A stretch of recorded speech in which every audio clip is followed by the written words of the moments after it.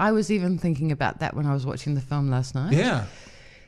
It's almost too big a question for me to ask myself, because it's my job as a documentarian to not convince is the wrong word, but to create a relationship with someone where they feel that they can say things that they want to, but also to dig deeper and to challenge people to expose themselves in ways that they might not have expected, and almost to let them feel that they can do that with freedom, not to worry so much about what the finished product will be.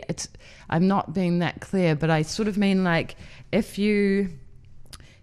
I convince someone, you know, that I'm the right person to tell their story. Yeah. We know that Martin Phillips his life has been documented. There's a myriad of articles, there's plenty of video footage. That's why we've got lots of cool stuff in the film. Yeah, there's heaps of good stuff.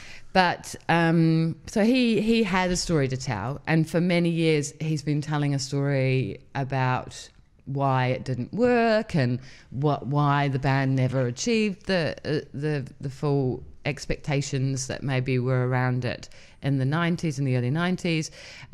He's been telling that story over and over again, but I thought there's more story here that hasn't been told from a new perspective. So you go, well, he wanted to tell his story. Yeah. He wanted to get the facts out. I, as a documentarian, thought, well, I can create a relationship of trust and honesty with this man. We'll go through the process together and you see what happens. So it's almost like that question that you asked, like, why would you do it? I don't even know that that's something that you can put to somebody. Is the answer, I don't know. Sort of, yeah. Like, I don't know, why would you? I'm making a film now about 660. Yeah, I saw that. So why would they do it? Well, they're riding a crest, though. I mean, like, we had Greg Johnson in a few weeks ago doing this with us, and we were talking about the music industry. You know, his peers are, you know, the Dobbins and the Finns and the Jordan Lux and those guys. Yet commercially wise, you'd say he hasn't reached the same levels, but they're still his peers.